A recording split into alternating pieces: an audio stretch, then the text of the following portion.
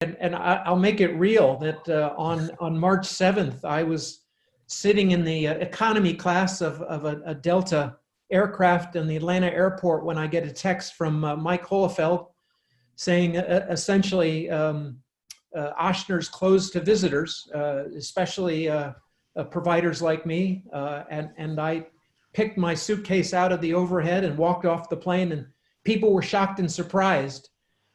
So, you know, I have felt acutely, as so much of my work is with healthcare providers, and just between Oschner and the other clients that I serve, they have suffered well over, you know, $1 billion worth of economic losses in March, April, and May. So I would share with you authentically that there have been, especially in those early days of March, tremendous amounts of internal fear of what's this going to mean for the work that I do and I've been privileged to do for the last 20 years. And so, you know, I've had to sort of work my own demons. And so for me, it was being able to sort of visualize moving out of a place of fear in inside, as well as what I communicated to others, and move into how do I use this time to learn, to possibly adapt, to possibly be a better version of myself.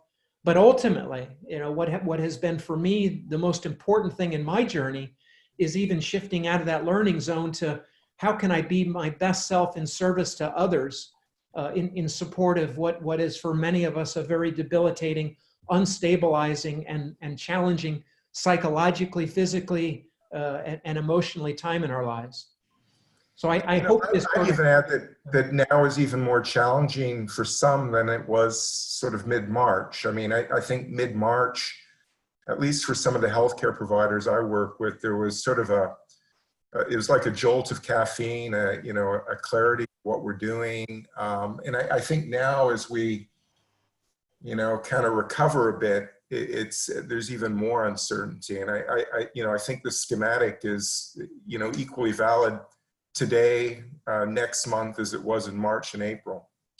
Yeah, and the only thing I would add is it's not necessarily linear. There'll be moments of our days and our nights, just given our own unique set of circumstances of loved ones who may be affected, family members who are out of work, parents just tired of having to homeschool, and some places in our country have already made the decision not to open up in the fall.